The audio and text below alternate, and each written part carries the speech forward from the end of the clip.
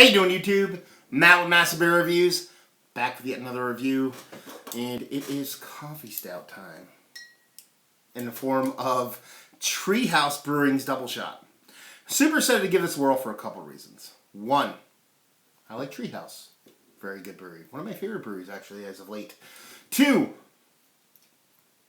it's a coffee stout. Who doesn't want to drink coffee stout? And three, they don't do bottles, really. I think they only do 2 different bottles. This, and they don't bottle this all that often. And I think there was one other beer. I forget what the name is slipping my mind right now, but Unity or some kind of weird any beers. Anyways, they do a 750 bottle that I know of. Could be wrong. Chime in down there, beer nerds. But this is the only other one they bottled. And I think they bottled it for a couple of years.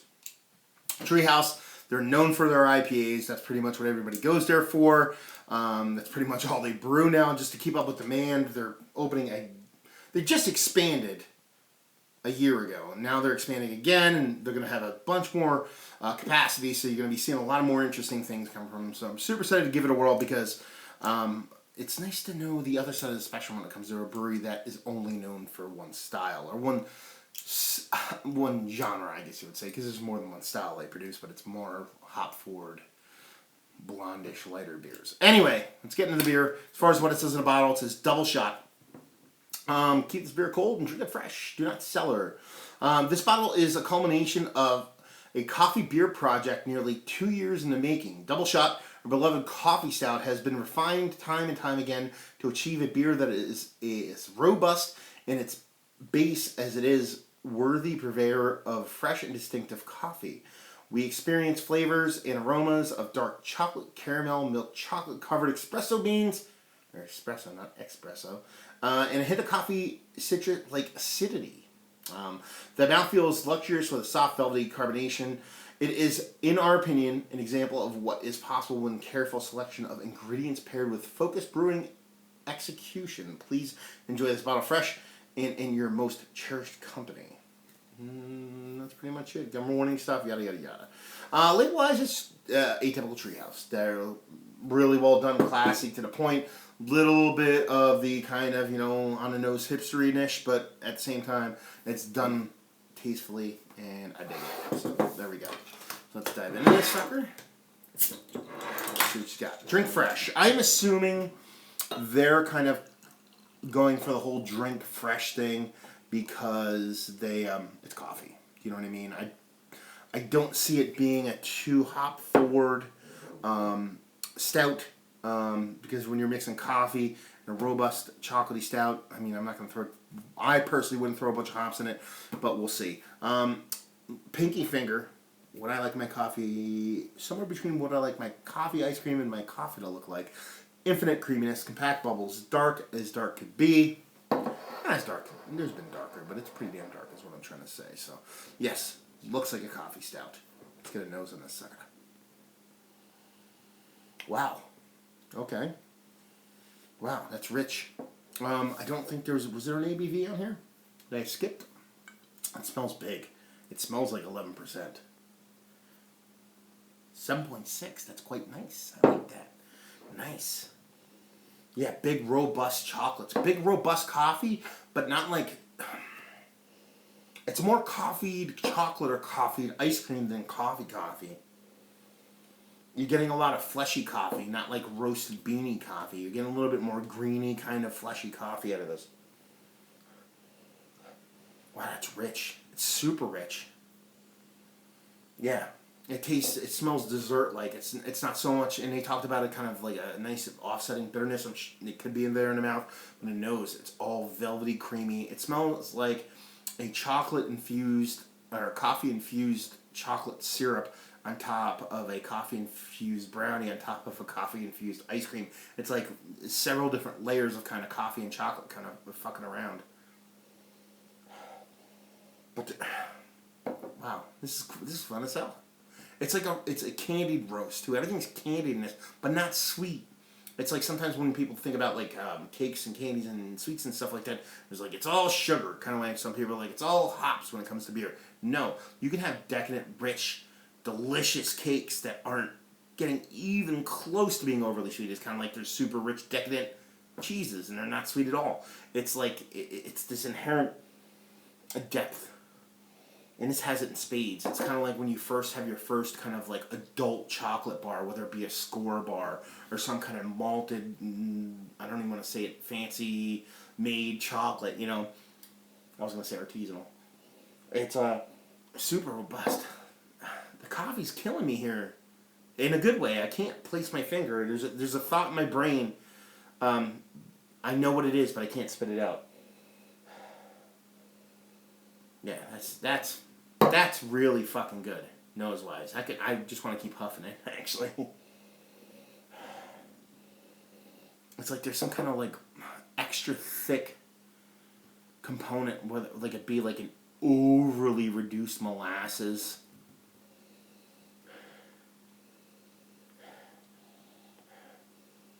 Or something. It's so rich. It's so dense. It's like when I huff it, I'm having to pull the actual nose up into my nose, instead of just kind of smelling it and having it be there.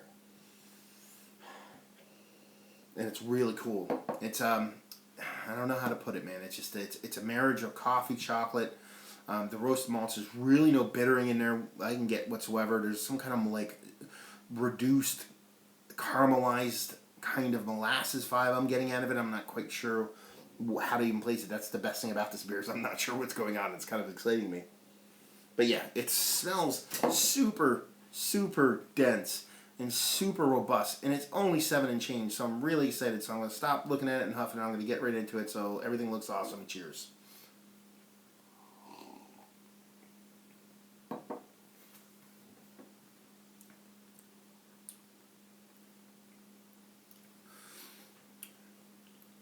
This is delicious.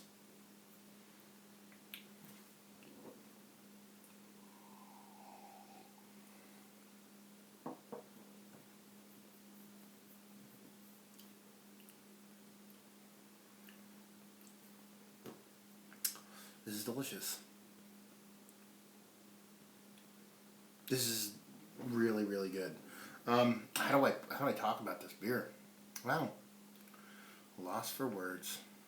That day everybody thought would never come. And it's still not here. I'm going to talk about it. The way the coffee's married with the beer in here, they're being pretty pretentious at the end of that label. But then I get to this point where I go, okay, they're not being pretentious, they're just telling the fucking truth. It's just so well done. It's and I keep saying candy-like, and I shouldn't say that, or cake-like. I shouldn't fucking say that, because if you actually had like really well done coffee, and I'm not a coffee expert, so what I'm doing is I've tasted. How do I put this? I've had really good coffee and knew it was really good, but couldn't really explain why. So I'm just not one of those people. I'm one of those assholes who gets fucking cream and fucking Splenda in their coffee, so whatever. But I get it. When I tasted those, when people who are into it gave it to me, I go, okay, I fucking get it. But it just didn't, I wasn't like, now I'm into that. I'm like, hey, whatever. It's just coffee, same way people look at me with beer and go, what the fuck, does this guy really give that much of a shit? That's how I am with coffee. But I get it. And it's kind of like that vibe. It's that rich, real, tampered fucking espresso style coffee that people are like, okay, I'm in for this really rich, deep, dark treat that's going to be super fucking awesome. That's the vibe I get out of here, coffee-wise. And chocolate, because it's kind of like the two go kind of hand in hand. But there's still a beer here. And that's the cool part. A lot of people like lose their way with barrel aging and adjuncts and the whole nine to the point where they're like, look at this beer I made. And it's like, okay, it's fucking punching you in the face. Do you know what I mean? But at the same time, it's punching you in the face with barrel or booziness or whatever. It's not punching you in the face. And this isn't even punching you in the face. I shouldn't even say that. It's not being strong with elegance and purpose. It's being strong and kind of just, what's the word I'm looking for? Fucking sophomoric. It's not intelligent about the way it's doing what it's doing. And it's doing what it's doing well, and we all love our fucking hate sex and fucking visceral reactions to stuff. It's the reason why I do beer reviews and everything I do. But there's sometimes where you just want to be like, you don't want to. It's not even. I'm stumbling and rambling, so this is going to be one of those long reviews. But when things are. Sometimes you want to be serenaded.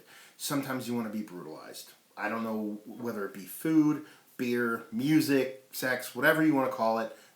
Sometimes I want both. But there's sometimes where you want things to be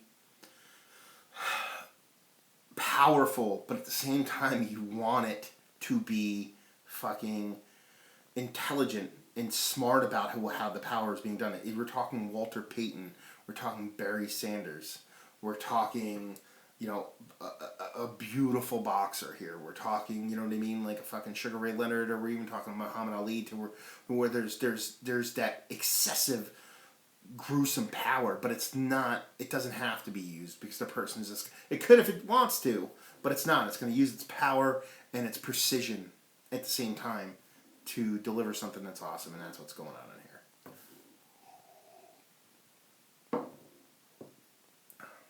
Yeah.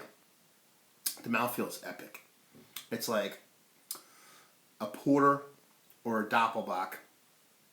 It's like a porter and a doppelbock, and I don't know what else, had a weird baby with just, I don't know. It's like an imperial porter, but it's a stout. Let's put it that way. It's got this creamy, fluffy density to it, but it's still even beyond the more Baltic-y porter kind of densities that you typically get, and it has this great effervescent fluffiness to it.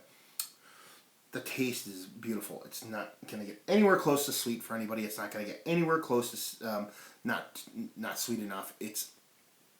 The coffee's on point. It does have that underlying subtle bitterness, just enough to kind of counterbalance the sweetness that is there to keep everything in check. And it's just all about being well done. A lot of beers produce infinite amounts of flavors. I'm not going to say this beer is overly complex.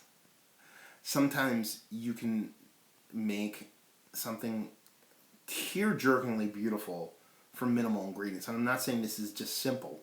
I don't think it's simple, nor do I think it's the most complex thing in the history of the world. But I think what it is it's done about as perfect as you can make a coffee fucking stout. Because this is the best coffee stout I've ever had. And there's some pretty fucking good ones out there. And this is the king of the kings at this point. And I'm going to stop talking and just say, is it one of the better coffee stouts I've had as of late? Yes. Would I buy it again? Yes. Value and availability. Value, $8. That doesn't fucking suck. The problem is availability. You have to go to the brewery to get it. Again, they're expanding. Mid-2017 should have infinitely more of this out there. Probably still not going to be seeing wide distribution, but you should be able to get it easier. And just say this. If you like will you like this? If you like beer, you'll like this. Because if you drink this and you don't like it, then you just don't like beer. So there you go, another review in the books. Hopefully you guys enjoyed the review as much as I did. If you didn't, or you didn't, or whatever, somewhere in between, please leave a comment in the comment section below and like and subscribe and all that fun stuff. If you want to check us out anywhere else on the internet, you can. Facebook, Twitter, Instagram, on tap, Massive Beers, and all four of those places. And yeah, another review down. So hopefully you guys enjoyed the review. Hopefully you guys are enjoying a beautifully well-made beer right now. And hopefully see you next time. Cheers.